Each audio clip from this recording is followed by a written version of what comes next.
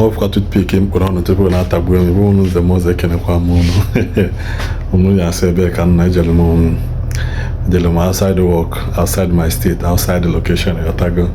So because my video there okay, I tell you na you ko bu Akachaam reply ya na Odumeje. Reply na Odumeje you know kwa ni when I'm on another level this time I had to go more stressed out na work. So and then my go up na wo interstate like this now the more stressful. But we thank God for journey misses and everything involved. So we won't go down and money we tell you no update. Nko wana kumuro kunia, una na batam. Ka una na kwaro kunia, una na batam. Una makaisi ya miana. Kwa de kwa mboza ndi bai. Choje fanaja ndi ke uka Google. Na anyo buno nwere ego ha gwute ndoka. Iwa na ewia. Wana agbakasi. Alwara agbakasi ya. Maka onye anela anya ofu na ego na Ifeanyi Ubah gari ofebega anonda beneye Ifeanyi Ubah iluzi n'ụlọ ka Ifeanyi Ubah kachie ntị wadago baka Ifeanyi Ubah like ka ife Chineke ọ na-alụlụ ya Chineke iwe na-ewu ya o welu mgbe ọfụ na Ifeanyi Ubah kedu ihe o jere ebe ahụ eme onwe 1 naira o weta de ihe ahụ ọ na-eme ebe ahụ o wetara ego iwetaghị ọ na-enweghị iwe ego onye ọzọ ụfọdụ nwekwa ụfọdụ stingy dị egwu ego onye ọzọ ka ị na-ewere iwe esiri ọnwụ unu ajọ aghọta ihe nnekwu mmadụ wepụtara ego ya lụọ ụlọ ka nke nwe ọbụla ego iwe na-ewe gị so o gosi nọ ndị a blọkụ Ifeanyi Ubah ka ọ ghara ịlụ bika Ifeanyi Ubah kwesịrị ịlụcha ụka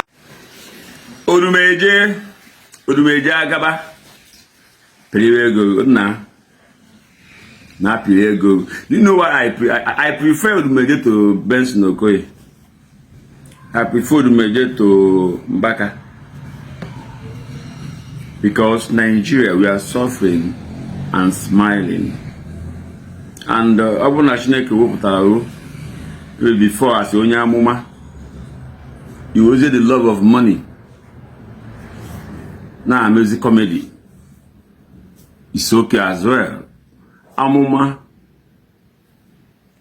onye akwezi onye amuma adika mama 30 years ago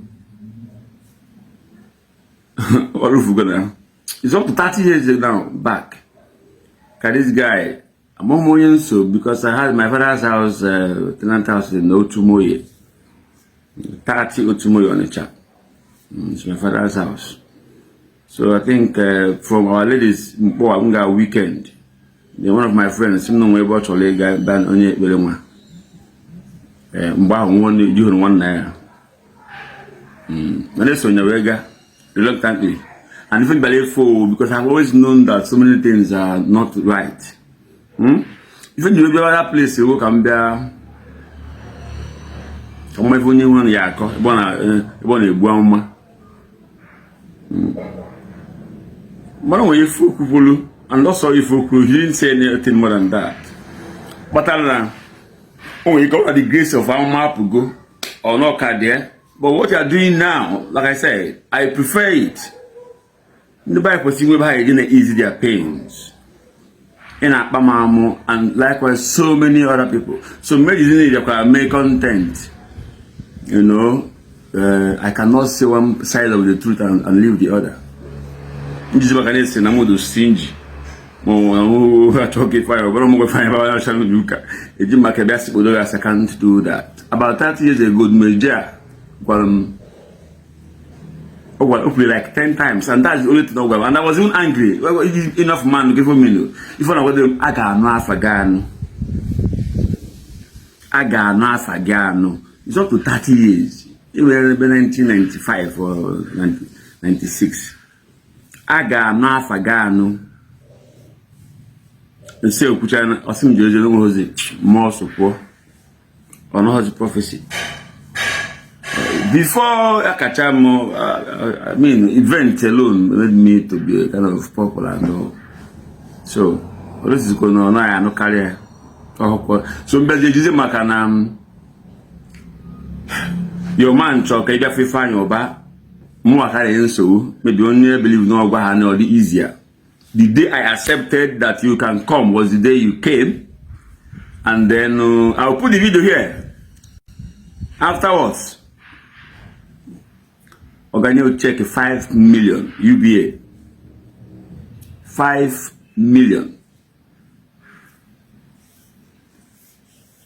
The following day, I know now Our Lady of Lords field me here and I make campaign.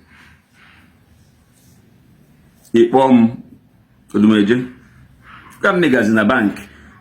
Bank say only ya contact only there we check. Oga was with microphone. He say don't leave the bank, wait there. Immediately Oga drop microphone. Njekwe. Tanye nante. There and then, we send the account officer message to confirm your 5 million naira check. That was the last time I opened a phone. I want to know percentage, because some people know the big man so name. That was the very last time we talked on phone, and then today it wasn't normal now. Tomorrow wear night. See man, aqua night. Tomorrow you look at Meriamaka, especially that full uniform. When I did this guy so much. It wasn't normal. It wasn't a bad no Jalu. Jalu I did table. Jalu. It wasn't normal now. Oh, boy, Otego. My brother. Way for Melu. I am with Fagane. But tomorrow, I prefer you to many others. If not for anything, you make our people to laugh in a QBP. I will give it to you and keep it up. First thing I my hip hop, now make comedy, now my actor. Maybe I go tell you now say the product 100. So if you are here to put scene in the scene maybe I cannot say one part of the truth and leave the other. And I can bet Mbaka said something last Sunday now. No come agwa. No can for you. I didn't reply him. He's a smart guy. Okay, for him was what he said. Or on the Benjamin no J Park no Gation Jaka Baka reply come and saga. I don't have that time. Manifest basically reply, I don't do any email.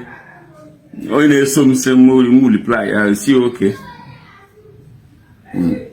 European people would have known this 5 million naira part that you got because of me. When you had Odumeje, which you do kwe. I said, Nanda Maya, Linule, Jebani, anointing, that Kabulu cargo and anointing. Do I can anyone? But this video able to major be fine that I opened access for.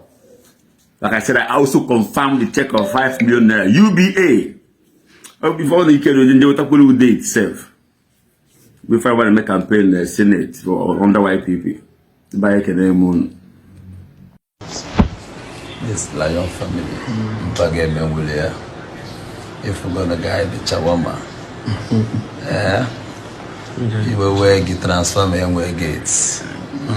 And they always ask, continue to disturb me, continue to fight me. Manafade Gosinia. Gosimo Bugene. Kamfunanya. Gosimo Bugene. Kamfunanya. The new one. Kamfunanya.